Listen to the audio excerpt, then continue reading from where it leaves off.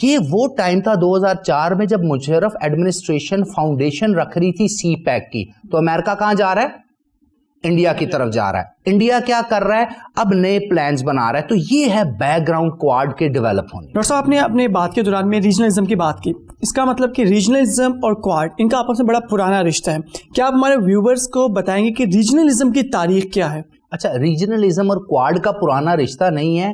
کواد جو ہے وہ ریجنلزم کی جو پالیسی فریم ورک ہے یا ریجنلزم کا جو کانسیپٹ ہے اس کو سامنے لاتے ہوئے تیار کیا گیا. بیسیکلی پولیٹیکل سائنس یا انٹرنیشنل ریلیشن میں ریجنلزم کس کو کہتے ہیں؟ یہ بڑا آسان سا ہے. یہ ایک پولیٹیکل آئیڈیالوجی ہے جس کا مطلب یہ ہے کہ آپ نے اپنے ریجن کے اندر پولیٹیکل اکنامک انفلوئنس کو, اپنی اجارہ داری کو ایک کنڈنس فارم میں آپس میں جوڑ کے رکھنا ہے اور انفلوئنس کرنا ہے. یعنی باہر کے کسی ریجن سے, باہر کے کسی کانٹیننٹ سے, ایڈجسنٹ کسی ایریا سے کوئی بڑی پار, کوئی بڑی امپائر بن کے آپ پہ انفلوئنس نہ کر سکے, تو آپ نے آپس میں کیا کرنی ہے؟ کولیبوریشن کر لینی ہے اپنے ریجن کے ایڈجسنٹ باؤنڈریز کے ساتھ, ملتے جلتے ممالک کے ساتھ. اس میں آپ کرتے کیا ہیں؟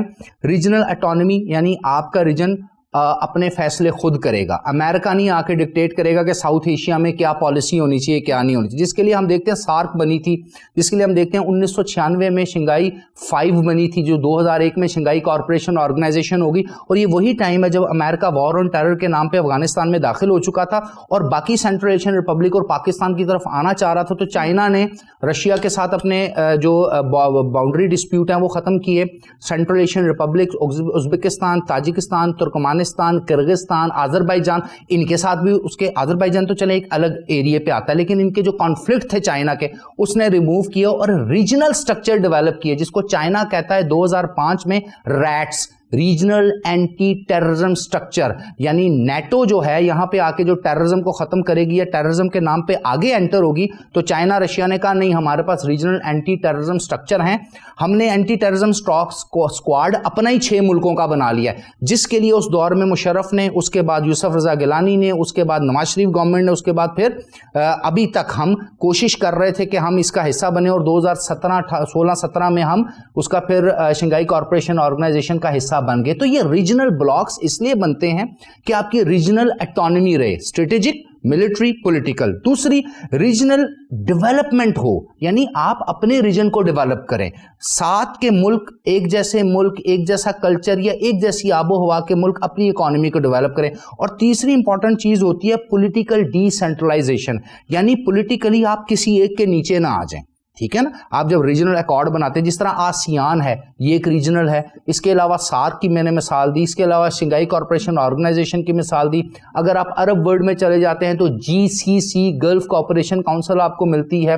اسی طرح اور بھی عرب لیگ آپ کو ملتی ہے, D8 ملتی ہے, D8 ڈیولپنگ 8 اسلامک کنٹریز کی ایک آرگنائزیشن ہے. ٹھیک ہو گیا نا. تو یہ اس طرح کے ریجنل بلاکس بنتے رہتے ہیں. ڈاکٹر صاحب اپنی بات کو کنٹینیو کریں گے. میرا آپ سے اگلا سوال ہے کہ اسٹریٹجک دنیا میں کواد کو چائنا کے خلاف ایشین نیٹو بھی کہا جاتا ہے. جی, تو مجھے بتائیے کہ, اور پلیز ہمارے ناظرین کو بھی بتائیے, کیا یہ واقعی میں ایشین نیٹو ہے چائنا کے خلاف یا یہ کوئی الگ اسٹریٹجی ہے؟ جی دیکھیے, سب سے پہلے تو ہمیں یہ سمجھنا ہے کہ یہ جتنی بھی ڈیفینیشنز ہیں یہ کہاں سے رہی ہیں. میں اکثر یونیورسٹیز, کالجز یا سیمینارز میں کبھی جاتا ہوں, پڑھاتا ہوں, تو میں سب سے پہلے ان کو یہ کہتا ہوں کہ کسی بھی کانسیپٹ کی جب ڈیفینیشن آتی ہے تو why don't we contest that definition, یعنی جو ڈیفائن کر رہا ہے. فار ایگزامپل, اگر میں امریکن ہوں, میری مورالٹی یہ ہے کہ وار آن ٹیرر کے نام پر افغانستان کے 20 سے 25 ہزار بچوں کو زندہ درگو کر دیں, ٹھیک ہے, مار دیں, ختم کر دیں, وہاں پر دنیا کا سب سے بڑا بام پھینک دیں, یہ میری مورالٹی ہے. تو میری یہ مورل ڈیفینیشن دنیا مانے گی یا دنیا ایک natural objective definition of morality مانے گی؟ تو دنیا میں 2 سچ ہیں, پہلے تو یہ آپ ذہن میں رکھیں. ایک کو کہتے ہیں آبجیکٹو ٹروتھ, ایک کو کہتے ہیں سبجیکٹو ٹروتھ. تو اس وقت چائنا کو کیونکہ ایک بہت بڑا ہیجمان بنا کر, بہت بڑا ڈائناسور بنا کر امریکہ دکھانا چاہتا ہے اور باقی ممالک دکھانا چاہتے ہیں. کیوں؟ کیونکہ دنیا میں اکانومی کی تو جنگ چل رہی ہے, اور اکانومی میں جب وہ سپر سیڈ کر جائے گا, لیڈ کر جائے گا, نیا ورلڈ آرڈر آئے گا, نیو چائنیز سینچری آئے گی, وہ ان سے ہضم نہیں ہونا. تو وہ اب کیا کریں گے؟ وہ یہ کہیں گے کہ اب ہم ایک ایسا کواد کا, یہ کوادلیٹرل اسٹریٹجک ڈائلاگ جو ہم نے کیا ہے QS سے, ہم نے جو کیا, یا QSD ہم نے جو کیا ہے, یہ ہم نیٹو ٹائپ ایک الائنس بنائیں گے. اس کی وجہ یہ ہے کہ مالابار ایکسرسائز اس کا بیسک پوائنٹ ہے.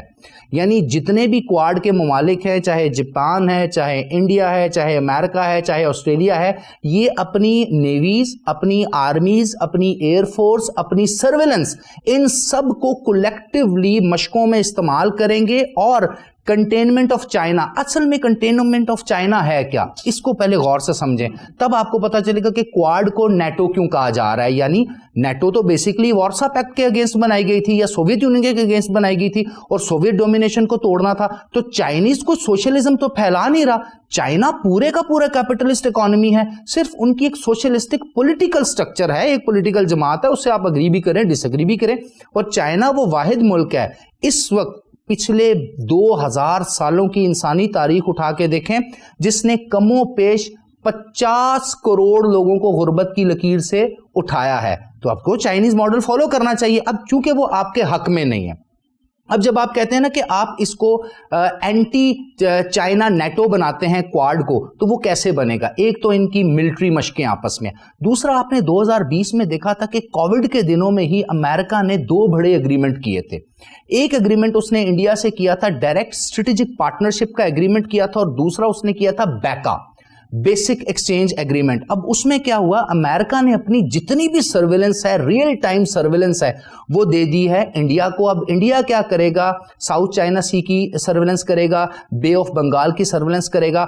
پاکستان کے اندر جتنی ملٹری انسٹالیشن کی موومنٹ ہے, موبلائزیشن ہے, اس کو انڈیا اب دیکھ سکتا ہے. تو اس کا مطلب کیا ہوا؟ اس کا مطلب یہ ہوا کہ امریکہ چاہ رہا ہے اس ریجن کے اندر ون بیلٹ ون روڈ کو روکا جائے, سی پیک کو ختم کیا جائے, اس کے ساتھ ساتھ اس ریجن میں والیٹیلٹی, سیکٹیرینزم, دہشت گردی, ان چیزوں کے نام پر سٹے کیا جائے, اور دوسری طرف سی لائنز آف کمیونیکیشن جس کو ہم میری ٹائم سیکیورٹی کہتے ہیں, اس میں جو چائنا آگے کی طرف بڑھ رہا ہے اس کو کاؤنٹر کیا جائے, اور پھر اس کو ایک نیٹو ٹائپ سٹرکچر بنایا جائے کہ دیکھیں جی جس طرح ویسٹرن بلاک آف یورپ کو ایسٹرن بلاک آف یورپ سے خطرہ تھا, کیونکہ eastern bloc of Europe cold war کے دوران پرو سوویت تھا, اور ویسٹرن بلاک آف یورپ جو تھا اس کو ہم نے دیکھا کہ ٹرومینز ڈاکٹرائن کے تحت 200 ملین $US امداد دی گئی, پھر IMF بنایا گیا, پھر international bank for reconstruction and development جس کو بعد میں ورلڈ بینک کہا گیا, اس نے فنڈنگ کی, اور ویسٹرن بلاک آف یورپ یعنی برلن کے دوسری طرف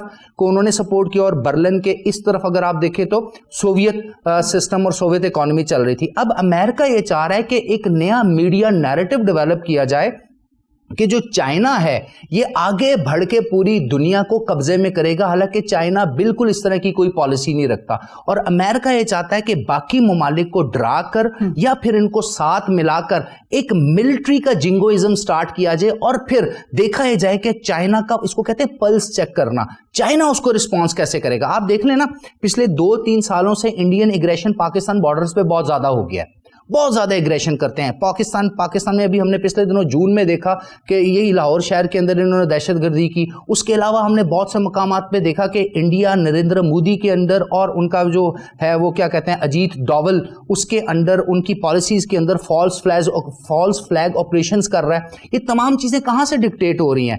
یورپ کے اندر ڈس انفو لیب پکڑی گئی جو India propaganda billions of dollars invest کر کے کر رہا تھا. یہ سارے کا سارا کام CPEC, one belt one road اور چائنا کی جو ایک پروگریسو ڈیولپمنٹ, میں تو اس کو دیکھیں نا, آپ کمپیٹ کر کے آگے آ رہے ہیں, آپ اکانومی کے پوائنٹ آف ویو سے کمپیٹ کر رہے ہیں, آپ نے کووڈ میں کمپیٹ کیا, آپ ٹیکنالوجی میں کمپیٹ کر رہے ہیں, آپ 5G میں آگے جانے لگے ہیں, تو آپ کے خلاف ایک کانسپریسی بنائی جا رہی ہے. اور یہ جو کوارڈ جس کو اینٹی چائنا نیٹو کہا جا رہا ہے, مجھے یہ فیوچر میں کہیں بھی کامیاب ہوتا نظر نہیں آ رہا. ہاں یہ ہو سکتا ہے کہ بہت سی جگہوں پر یہ ہرڈلز کریٹ کریں گے. تو اس کا مطلب یہ ہوا کہ جو کوارڈ ہے وہ منی نیٹو ہی ہے اور چائنا کے اگینسٹ کام کر رہے ہیں.